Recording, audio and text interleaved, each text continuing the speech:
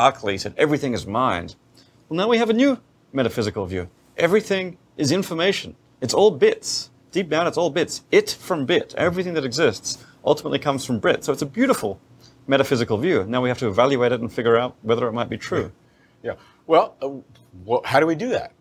Well, one thing is, it's partly driven by the physics, right? So can we do a physics which is cast in purely informational, purely algorithmic terms? And, I'm not an expert here, but my sense is people have been trying to do this, and so far, some bits of physics cooperate, other bits of physics not so well. On the other hand, we're not even close, I think, to the bottom level of physics yet. There's still too many mysteries to solve, and it could well be that the picture that integrates it all could ultimately be an informational one.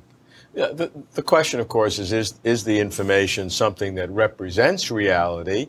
And as you extend your information out to more and more decimal points, you get closer and closer asymptotically to what reality will be, but never really be reality, because all you're doing is describing reality. It's like, I don't know, more and more pixels in your digital camera represent, but you could be, it doesn't matter how many, your picture will never be the reality. Well, there's this really interesting question, what is the ultimate nature of reality? Even physics is mathematical.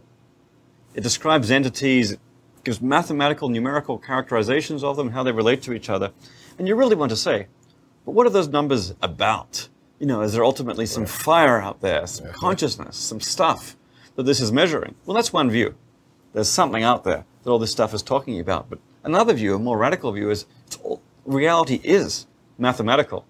There's no more nature to reality than this certain mathematical structure, informational relations among bits, among parameters. And we ask, what are those parameters measuring?